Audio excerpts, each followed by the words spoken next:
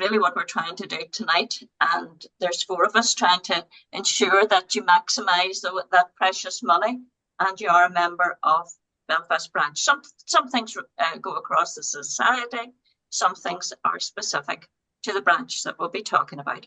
Next slide, Justin. So this is it a bit in a nutshell, and we're delighted to have Linda here, our NIFHS publicity officer, who has done a massive amount of work on the new website features along with other folk. But Linda's carried the can, and it is a wonderful resource that if you haven't looked at it, I'm only dipping my toe in the water each week and finding more things that are easier to find. I'll do a little bit about the monthly meetings and maybe maximising on why you should come to the monthly meetings, and are you going to all the monthly meetings that are held? Then Margaret's going to cover a bit of a range on what Belfast branch does on their Here to Help support initiatives, and she'll also be making an appeal for volunteers for the society. Then I'll mention a bit about the workshops planned for this year. They're not all cemented in yet, but there's some workshops, there's branch volunteers, there's some visits to the library, and also some finding resources, especially on the new website, that maybe weren't that easy to find before. They're very easy to find now. And then Anne will finish off the talk by highlighting the specialised interest groups, which are really booming at the moment and going down new roads and lots of results. And hopefully that will help to deepen your involvement and maximising your £25. So I think that's my slot over, Justin, and now the demo. So I think most of you know that we've got a brand new website. We've had the membership website for a while. We've now got the content website, and it's more or less fully up and running. There are a few things still to do, but I think that will always be the case. So I've got 15 minutes to whiz you through it. I'll tell you there's 85 pages on the website. That doesn't include shop items or single event items and things like that. So there's a lot there, and I'm just going to show you a little bit of it, but probably the things you need to know most. First of all, as a member, the best thing to do is use the website while you're logged in, and that's quite simple. You just go to the top here to this login button, click on it. Now my computer remembers my login, so I don't have to keep putting it in. Just do that. Enter my password. If you can't remember your password, don't worry, just click on lost password and it will send you a password reset to your email address. Log in. Now, when you log in, you get sent to your account dashboard, but I'm just going to go back to the home page for a minute and we'll come back to the members area in a little while. Across here are the tabs that you use to navigate the site. These are divided into the different areas of the society. So you've got about, you've got branches, membership, events and courses, blah, blah, blah. So you've got all those going on. And the first one we're going to look at is the research centre and resources. And in here, you can read all about it. Everything's there for you. Sorry, I'll just have to move you all. You're in the middle of my screen. The first thing I want to show you is search index records. Now, this is a brand new initiative. It's down here in the green bit. And once you're in a certain area of the website, you can see all the different things in that area. You don't need to go out of the area to look at other stuff. So you can just use this to navigate as well as the tabs at the top. The search index records is a new initiative for both for members really, but it's available to non-members too. We're busy uploading a lot of our index records. Church records and gravestone inscriptions are what we're concentrating on at the moment. I can tell you that we've got 92,000 individual names uploaded already, and that's a fraction of what we've got to do. I'm going to give you a very quick rundown on how to use it and the sort of thing you'll see. But honestly, if you just read some of these introductory notes on each page, it'll tell you exactly how to use everything. It's very intuitive. So I'm going to put in Smith. I did this to make sure I got a result. I'm going to do it with an E because I don't want too many results just now because I don't have to filter through them. So you just put that in. You can choose one of the 9 counties of Ulster to search. I'm just going to leave all counties. Search records. And we've got 3 that fit this search. You can search, it tells you up here how to search with wildcards and things like that. But here we've got 3. Because I've already logged into the site, I can request a lookup automatically. All I have to do, say I just want this one in Bangor, click request lookup, tells you here what you've requested. It's already pre-populated the form because I'm logged in and it knows who I am. I can add other details if I want to. I might say, can you look for Smithers in County Down who married Joneses or something like that, Or I can just leave that blank and the lookup people will go and look at this record and give you all the details that are in it. You can also go to the research centre yourself. This is for people who can't go to the research centre. All these records are in the research centre. These lookups are for members only who can't get there. I press submit and it's gone. It's gone to our lookup people. They'll come back to you with an email. Oh. You can request up to 5 lookups at a time on the form. So that's very straightforward. If you're not a member, you'll get another message here. I think it says join the society or something like that. And it'll take you to the join the society page. So we are hoping it'll be a big boost for the society. So the other thing you can do is look at the indexed records here. And it tells you what's been uploaded. So it gives you the record sets that have been uploaded. It doesn't give you all the individual names, it just gives you the names of the record sets. So you can see that. In this area as well, you can see the library list, which is a list of every document and publication in the library. It's not quite up to date at the moment, but I think they're working on that. So that's it really. We're going to go to the members area now. Do you remember I logged in? And instead of saying login, it now says account. I'm already logged in. So to go to the members area, I can click on account, or I can go to membership and go down to the members area. But we'll just go account for now. This does what it says. It takes you to your membership account. And there's lots of different things down here. Just going to show you membership account for now. Tells me what I am. I'm a Belfast single member. It shows me the last orders. So that's when I've renewed my membership. Over here, it gives a summary and then it allows you to edit your profile. So this takes me down to with my email address, my physical address. You can change that at any time. You can change your password and you can change your membership. If you want to change, say, from Belfast to a Lisbon member, you can do that. But please don't, we want you in the Belfast. I'm just showing you that it's there. That's for all the people, anybody here who's not a Belfast member, that's where you become a Belfast member. So that's your membership account. I'm going back to the account page now. And I'm taking you into the members area.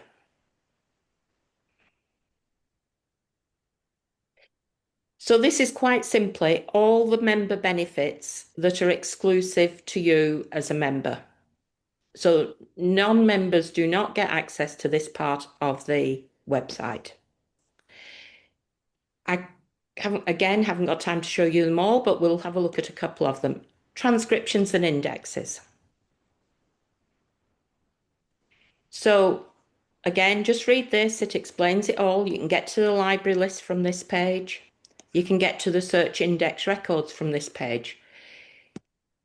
You can also see down here indexes to records that aren't either church records or gravestone inscriptions, because these won't be uploaded for some time. So you can look at these and ask for a lookup for these if you want to, by just clicking and then going to lookup service and completing a form manually. It's a bit different, I'll show you. All you do is, again, it's populated because I'm logged in.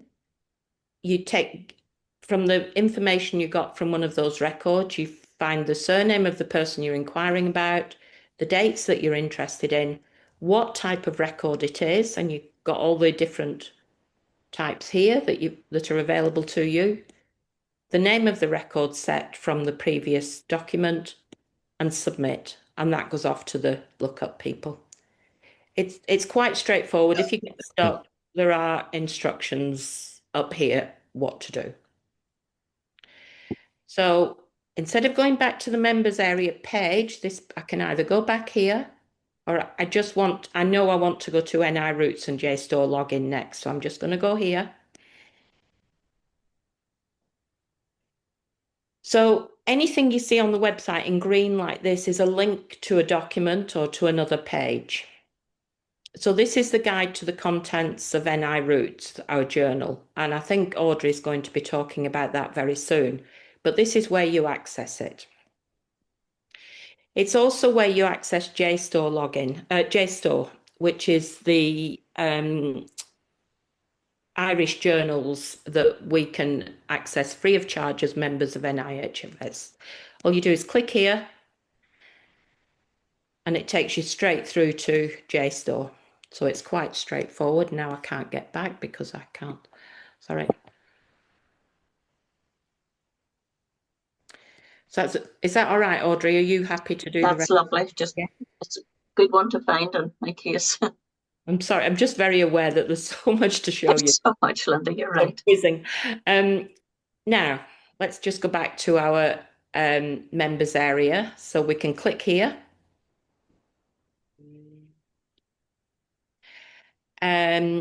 Members research interests, which I think is Margaret going to talk about that shortly. Mm. So this is where you find them. So any member can fill in a profile form, and that just is where you put in the names and the places of people that you're researching, people you're interested if somebody else is researching them as well. So as it says here, society members can be of great assistance to each other. So maybe you want to get in touch with somebody that's already put in a profile form. So if you want to complete one, you just click on here and you get a profile form and you just put your surname interests in.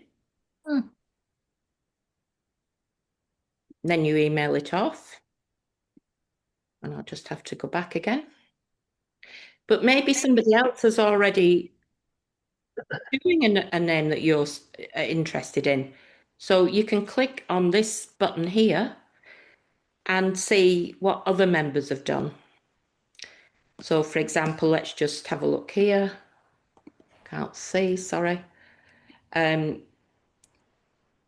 M0308 is the membership number, and they're looking for Alderdice in Mullaglass, Armagh. So all you have to do now is go back to this page. It's populated because I'm logged in. The membership number of the person I want to contact, which was M0308, was it? I can't remember. That's right. And the reason why I'm inquiring, and submit. And that will cleverly go through to Margaret and she'll put you in touch with that other person. And you can do the same for ancestor charts as well. So that's how we get you in touch with other people who might be of interest to you without putting anybody's personal details on the website. So that's what that's for.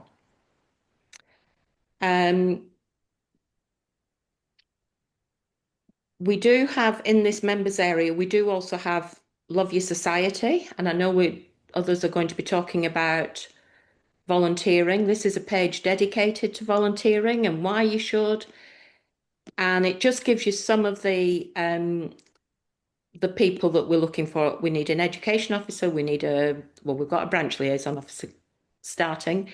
We could do with an events organizer, but it tells you how to go about contacting us if you would like to volunteer. I must admit, this page does need some work, which will happen. So I'm going to leave the members area for you to just explore now. Have a look at the other pages, read what it says. There's stuff here about the essay competition, special interest groups, which I know Anne's going to be talking about. You can get back to your account settings here as well. And it's all there for you. So how am I doing for time, Audrey? Am I okay? You're grand, plenty of time. Fire on. So the next thing I want to show you which is outside of the members area, but it's vital to us all, events and courses. So if you click on there, again, you've got your green box at the side that lets you navigate around this area. This page is all about events and courses and what we're offering. Non-members can see this as well to see how much we're actually doing as a society. But if you want to see what's coming up in the society, you can come down here and look at this calendar. On this page, the calendar shows everything that's coming up across all branches, across the society, and all courses. And I think one of the best ways to read this is to click on list here, and then it just takes you, just gives you a list basically. We've got, you should have had an email, all our members should have had an email about our getting started. October is beginners month. Well, I know a lot of people aren't beginners, but some like refreshers. So that's on here. If you want to know more about it, any of these events, click on the event itself and it'll take you through to a description. And it'll tell you what time and where it's being held if it's on. And finally, the branches section. So this is a map of where all our branches are located. There's a page for every branch. We'll just look at Belfast quickly. They all look pretty similar. We're trying to keep we're just trying to keep them quite uniform, but they've got whatever's going on, monthly meetings, here to help, because Belfast does a here to help, which we'll hear about. It also does the Belfast City Cemetery DNA project. And then if you look at the events on this page, this shows you just Belfast events and society and courses. So it doesn't show you the other branch events. And I think that's it. Has anybody got any questions? I will just say there's a contact page, shop, section on DNA. There's a lot of stuff on the website, and it should be your go-to really if you're trying to find out anything about what the society is doing or how to contact somebody or how to get involved, because it really is all here for you. So yeah. So I'll leave the screen up in case anybody's got any questions, and then I can show you. Linda, how do you find other branch events? You can either go to the events and courses page, because that'll show you everything that's on throughout the society and through all the branches. Or you can go to the branch page and click on any of the branches to see what's on in their branches. Thank you.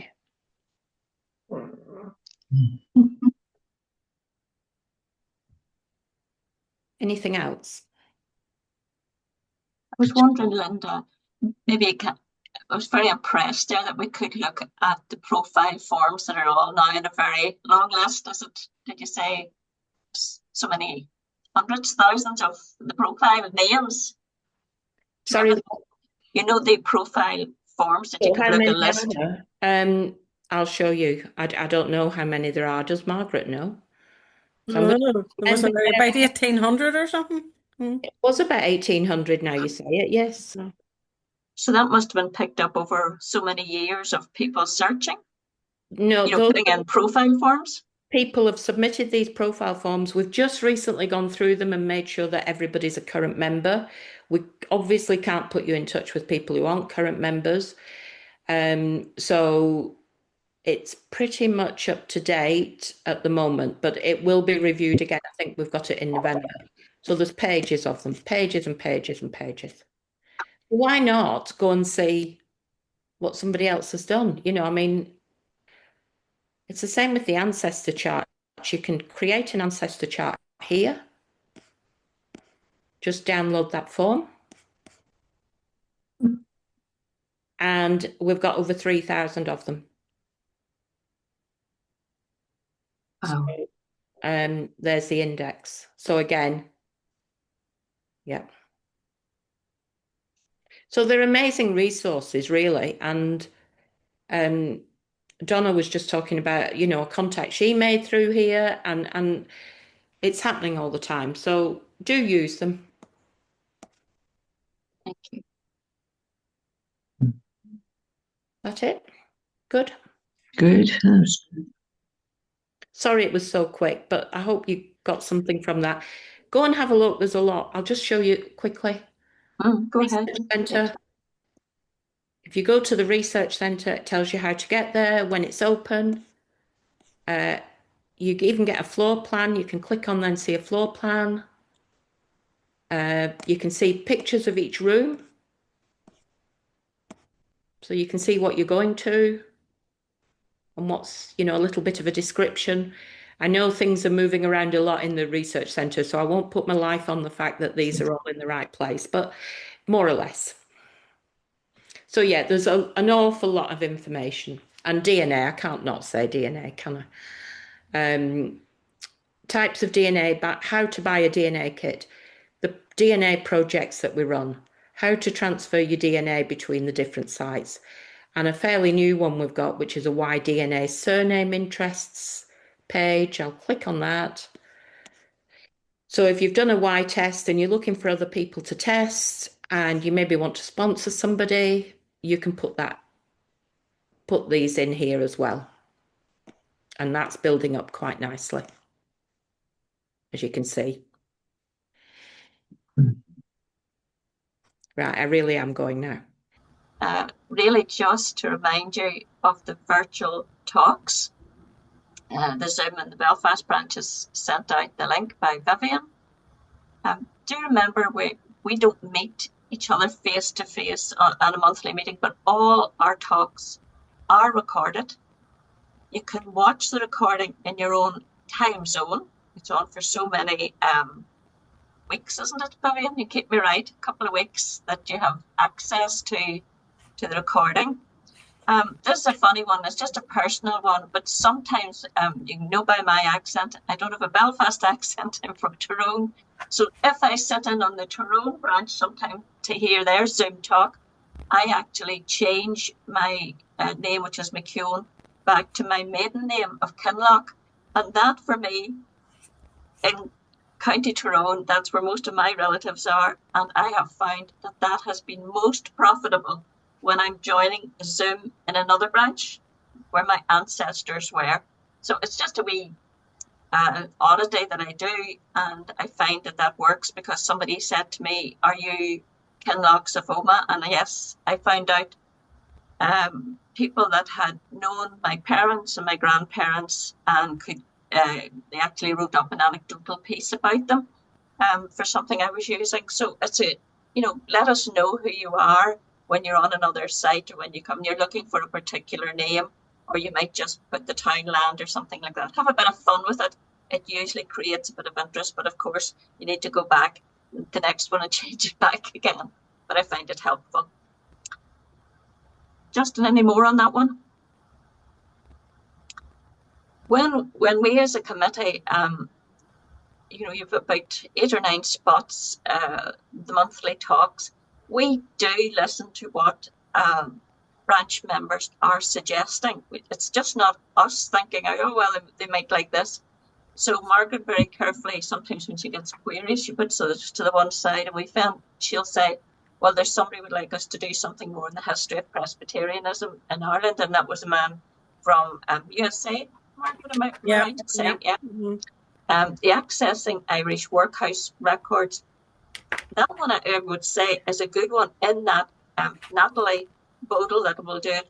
The whole thing is online, so she's dipping in and out of the websites, clicking this, clicking that. So if you're away on the other side of the pond, you'll be able to look at what she's accessing. She does a really good example of finding her own relatives through the workhouse records. It's not something that she leaves you alone. You'll see her actually demonstrating during that talk. The convict records in Australia, as I say, these are just a little sample. We're so pleased that a real live Australian is going to be doing that one. And Melissa, one of our committee members in Australia, because we have 3 overseas, Australian, America, Canada, I think it is too, Ken, yeah. And they contribute to that. So we're going to be finding out from somebody at the other end on the convict records available, and that's brand new.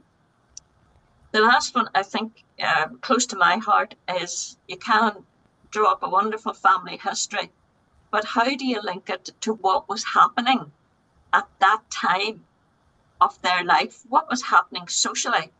And Trevor, the speaker that night, some of us went to hear him, and it was just great use of newspapers, absolutely fabulous online resources, and it really, as we always say, adds flesh to the bones of family history. So that's just a little sample of 4 that are on. So quite a breadth. Next one, Justin. This time, and again, and we're moving to Margaret.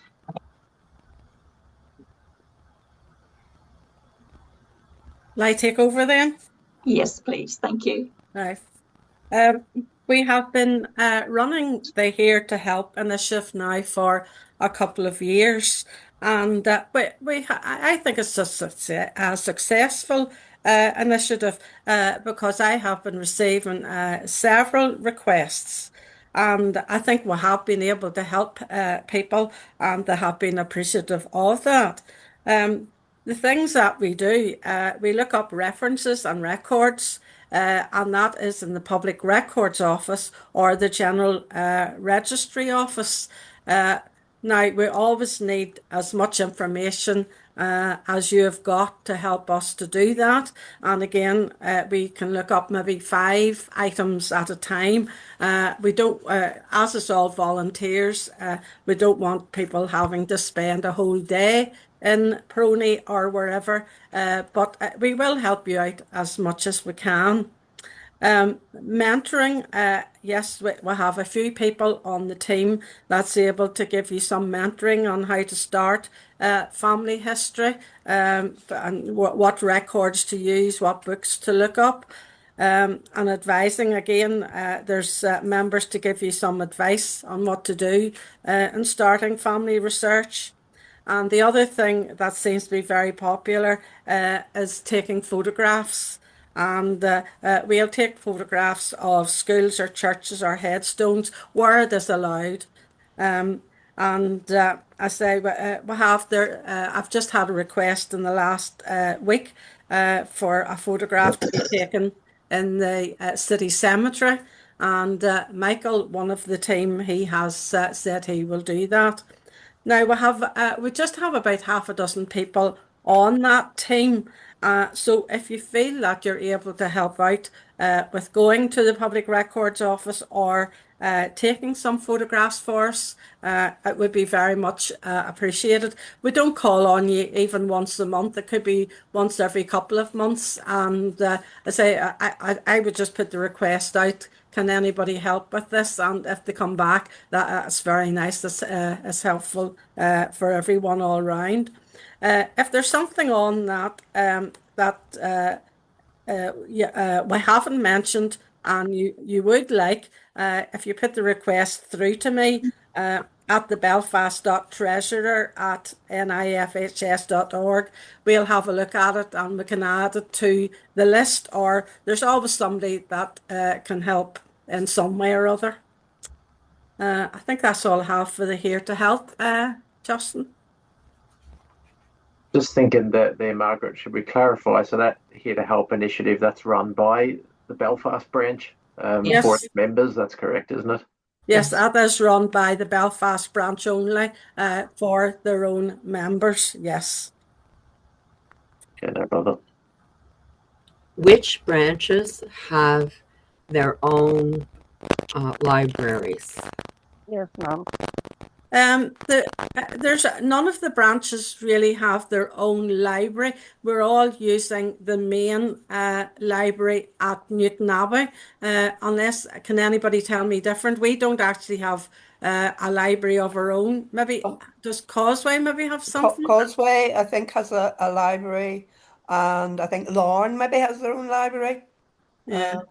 So Yeah. a few branches do have their own libraries. Yeah. Limited libraries, small library. But we ourselves, we don't have our own library, but we use the Newtonabbey library, the C4 library there. That's what we use. Although we need volunteers for our own Belfast branch for the initiative, the Society on the whole is also looking for volunteers, and that's the ones listed there. The transcription of records is always very popular, and we have a good team, a large team working, and that's both here in Northern Ireland and across the water. We can work with everybody there. But if there's anything else, if there's something there that sort of takes your eye and you would be interested, come back to us and we'll give you more details of those jobs. All right. The research interest, this is the members' interest that Linda has already spoken about. I do get quite a few of these forms, and I have been working with these over the last about 4 years, but I never knew how successful it was or how many replies we did get back. But I have also taken that job over in the last month or two, and I'm seeing the replies. So there are replies, and people are getting in touch with each other. So I think it is it's a worthwhile research method. And if you complete your form, and that your information goes on the end of the e-newsletter that's published. It's about once a month. In the summertime, it's not published every month, but from now on, it will be probably monthly. And also recently, the names have been added to the Federation list. Linda, can you explain maybe what that Federation list is and how many people are involved in that? Yes, on the Family History Federation website, they have a surname interest list. Oh, there's thousands and thousands. They're from all over the UK. I wouldn't know how many are on there. Yeah. But it's allowing people who know about it. It's a public, anybody can search it. So the Family History Federation is a federation of societies, basically. So all the societies, their members can come on and search the database and then get in touch with the relevant, they get a link back to the page on our website, and that tells them how to go about it. They do have to be a member of our society before we'll put them in touch with another member of our society. But you know, they can choose to join us if they want to. Yeah. So I think that's another resource that's going to be very helpful. I haven't seen any queries from that connection yet, but it's only been on, what, about 2 months, Yeah. Linda? Yeah. It's only 2 or been on 3. about 2 months. Yeah. So we need to give it time. So we do. But yes, I think that's all I have to say, unless anybody has any questions. I don't answer. Anyway. Just if there's anything, if you are doing some research and you sort of think, oh, where can I get that? Or I wonder, does somebody know about that? If you do email me at the membership email, I can try and find out. I mightn't have the answer, but maybe I know a man who does have the answer, or woman who does know the answer, and we'll do our best to help you.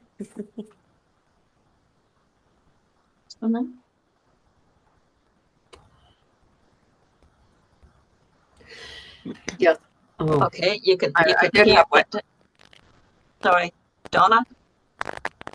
Okay, I did have one additional question. I didn't know if there'd be time for it. And in my family tree, William McGee, my great-great-grandfather, was born in 1797 or 8. Okay, according to the census and his will.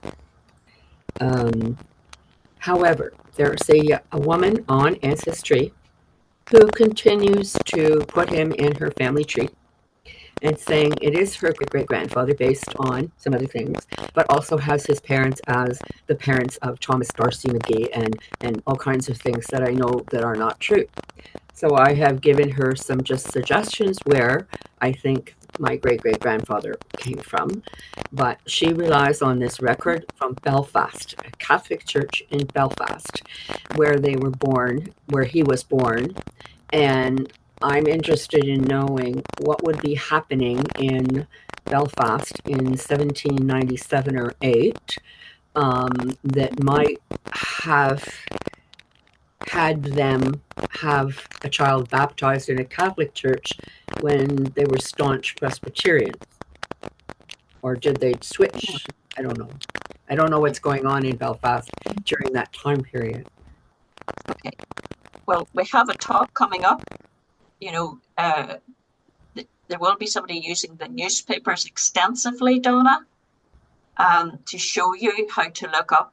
I mean, I would use Find My Past newspapers, looking at different periods when they've been born, etc. But maybe if we go to the end of the presentation, maybe as people have let that sink in, they might come back with another suggestion for you. Is that okay? Sure. Okay. This is an appeal. I am sure everybody knows cafes, etc., where we could put up our stand, or we could look for opportunities to give a talk. The libraries do have all our publicity. They were very good and circulated to the 27, 28 Belfast libraries. But, you know, this is the best time of the year, the autumn term. You can maximise if you join in the autumn term, especially right through into early summer. So we are appealing to you to be part. Tell us where we might go. Shopping centres haven't been great, but you might be a member of, say, some other society where there might be opportunities to publicise, and we can go out with a stand, or we can give a talk in another family history society, if that's acceptable. Or as some people are even circulating our literature in Canada and in Australia. So it's a case of, we're asking you, you know, come with us. You're not going to ever be standing on a stand on your own. We'll be with each other, talking to people. But people like to come up and say, I'd love to start that. I don't know where to start, or what is the easiest way to start. And this is really a great opportunity this time of the year to get some of those in the Belfast Branch Diary particularly, and we give out all of the Society's literature but there might be just something specific in Belfast you think this is coming up. And we did one fairly recently. The Belfast City Council was the Parks event up at Malone House, and that went fairly well. And they thought we fit it in well. So there we go. So if you have any ideas to back of your head about that, if you just send me an email to nroots, and I will bring it to the committee, and we'll see if we can move out a wee bit, because we do need to publicise and meet people, as well as, of course, Facebook too. Okay, Justin, on to the next one.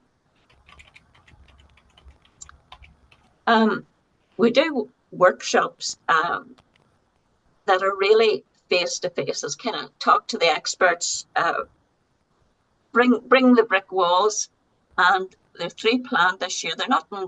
They're just the dates in the diary at the minute, but we're going to go down to Lennon Hall Library, which has good access for the glider bus. There's a cafe upstairs. There's disability access to, and we've a room booked there. So that will come out later on as the year goes on, what focus the workshops will be on. But it's a good opportunity just to chat to people. Am I on the right? Is there something I'm missing here?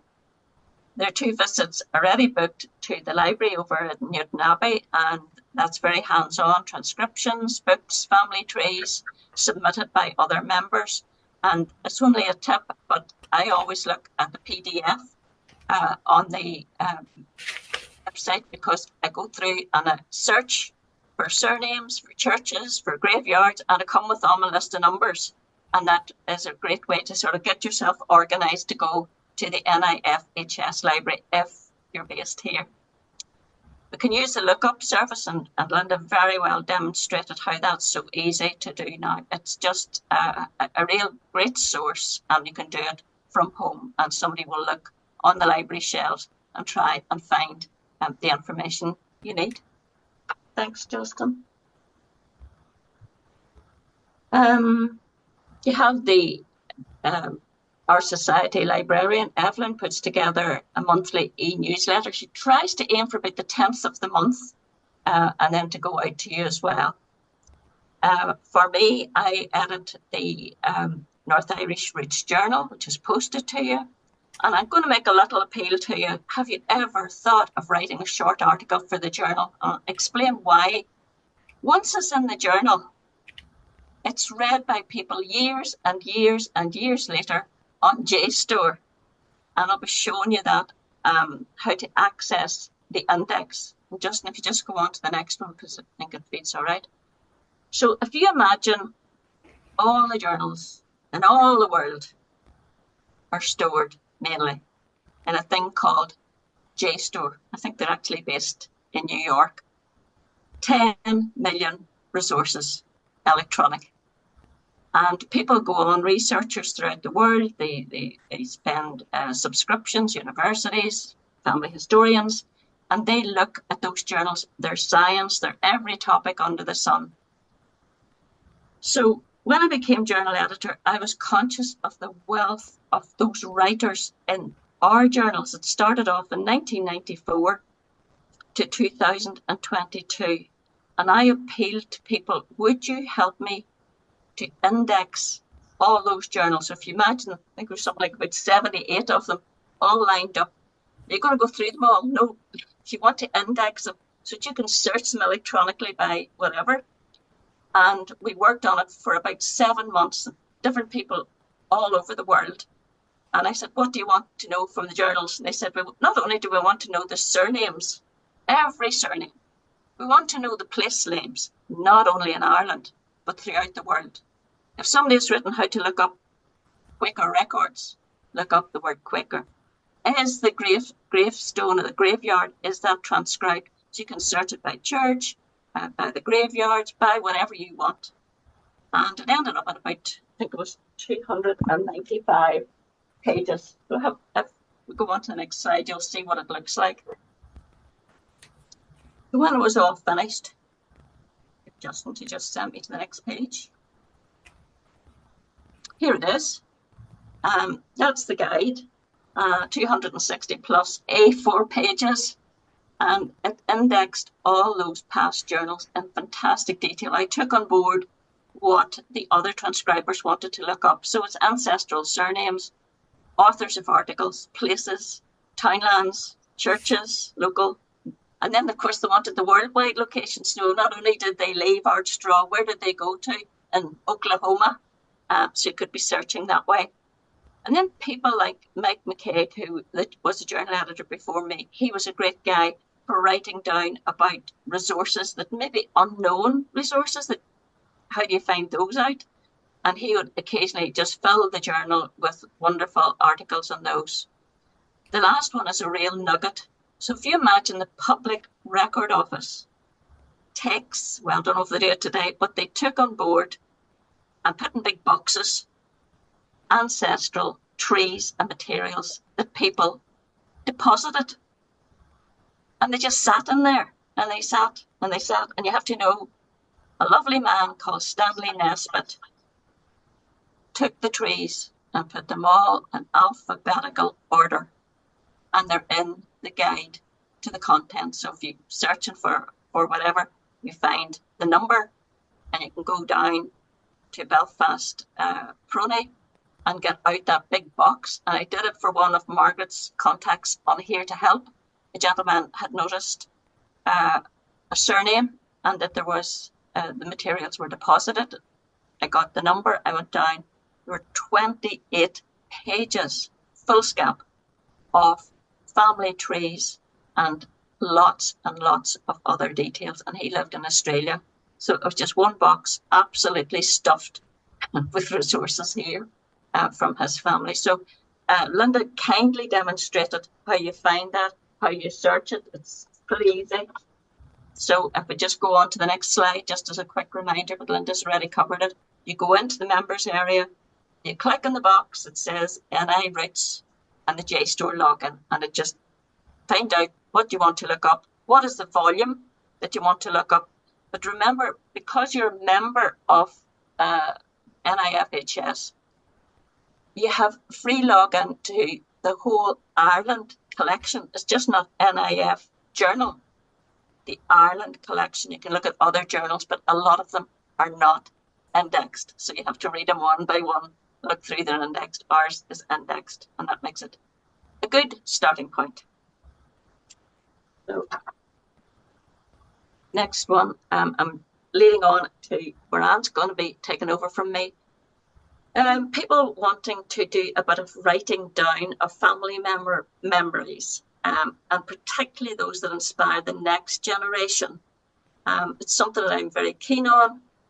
So I'm going to do some short, sharp sessions, if you like, starting October, if there's enough interest, on Zoom. It's really, how do you move beyond the names and the dates into story-based writing? And I managed to get 13 younger cousins and me to write up a wonderful book on our grandmother, things long forgotten, and they had emigrated to all different parts of the world. So it was very easy to do, and it's actually one of my favourite pieces of work, because they wrote from her kittens and her hair and her clothes and her sayings and her cooking and her baking and her discipline. And it was all, I did the other side of the actual brothers and sisters and grandparents, etc. But that one just makes my heart come alive whenever they have exchanged now these memories with each other and well clued now to family history in a different way. And all I asked, if you're keen on that, is to send me at the end Roots NIFHS if you're interested. I'm going to try and find a time. It'll be no longer than about an hour of a Zoom, and we'll see what people are interested in. And now we go over to the DMA and to Anne. Thank you. Right. As Audrey has said, that is what we're calling a special interest group. And as a society, we're trying to develop other special interest groups. We had a DNA special interest group that was going beyond the society, but very recently we've brought that into the society. Although, I mean, we always did manage it, but now to join the special interest group, you do need to be a member of the society. It meets monthly on Zoom. I would stress it isn't really for beginners. It's really about for those that understand the basics and want to find out, about an in-depth knowledge of DNA. And we encourage everybody to contribute. And also, it's all about keeping everybody up to date with the latest developments in DNA. And it has been very successful. We've got quite large numbers attending. And if you are interested, you can contact us at dna@nifhs.org. So it's not just a Belfast initiative, it is a society-wide initiative. So next slide, please. And then from that, we've developed a series of projects. Again, some of these are at a society level, but we're now going down to branch level. So we have an overarching DNA project called the North of Ireland DNA Project, and that is run by the society, and we're around about 11,000 members now of that project. So you can see it's one of the largest DNA projects that exists. And then from that, we started off as a society doing a project in the parish, well, Ballycarry. It's a parish of Temple Corran, and it really comes within the remit of Larne Branch. So we work very closely with them, and we take that forward. And then that developed during lockdown. Then we decided to do another project, and we set up the Island McGee project. And I'm telling you about these because I recognise that in Belfast, a lot of people from Belfast may come from different areas of the province originally, and so they may be interested in these very local projects because, for example, they may have some ancestors from Island McGee. And if that's the case, we really do want to hear from you so that you can participate in that project.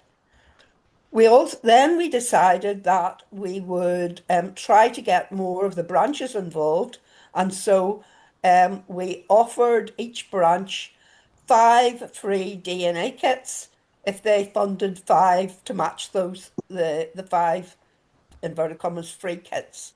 And so the first to take up the offer was Antrim and Newton Abbey branch, and they set up a project for descendants of the Ballyeaston 1813 census. So it's a very specific project, and as you can imagine, to have an 1813 census in the context of Northern Irish genealogy is quite important. So they have been successfully testing descendants of that census and looking for the interconnections between the various families from Ballyeaston. And then Lay, they have also set up just very recently a project that covers Lay and also extends out to Calincha. And it's looking at, it's focusing in on the kind of mill workers and so on that are in both of those areas where the textile industry was very important. And so they are getting DNA testers from those areas to participate. And then coming on to the main one for us in Belfast branch, we decided that we would set up a project for people that are buried in Belfast City Cemetery. And Belfast City Cemetery goes back to the 1860s when Belfast was really starting to grow very rapidly, and the existing cemeteries were full basically. And so the city council, or it was the old kind of corporation, at that stage decided that they needed to create a new cemetery for Belfast. And so they did in kind of outer West Belfast, which is where they got land. And so it is a cemetery which reflects the fact that people were coming into Belfast from all arts and parts of the north of Ireland. And so it's a very widely spread in terms of geography of particularly the early people that were buried in the cemetery. So we have been looking at the DNA of those burials and analysing them, and we hope to develop that even further over the next year or so. So next slide, please. And anything that we produce for any of the projects, we publish on Wikitree. And this is just showing you the beginning of the homepage for our Belfast City Cemetery DNA project. And you can see it gives you what the aims of the project are, a little bit about the background and the history, and any events that we're running, some photographs, and then we have project links. So it takes you through to the various people that are buried in the cemetery. And we use, within Wikitree, there's a concept of categories. So we've set up a separate category. So next slide, please, Justin. And this is our Belfast City Cemetery category. And you can see here, it gives some information on the cemetery. And then here, so far, we've got 1,617 profiles of people that are buried in the cemetery. And that is what we're doing. And then for each of those, if you click on a name there, it takes you to a profile on Wikitree of that particular person. So next slide, please. And this is an example of one of the profiles. So there you get a biography of the person and the sources of the information that's used. And you can see there down at the bottom, it's showing you a link to the Belfast City Council burial records. Up here, we've got information on the actual burial, and it gives you we include the plot numbers, etc., and other details.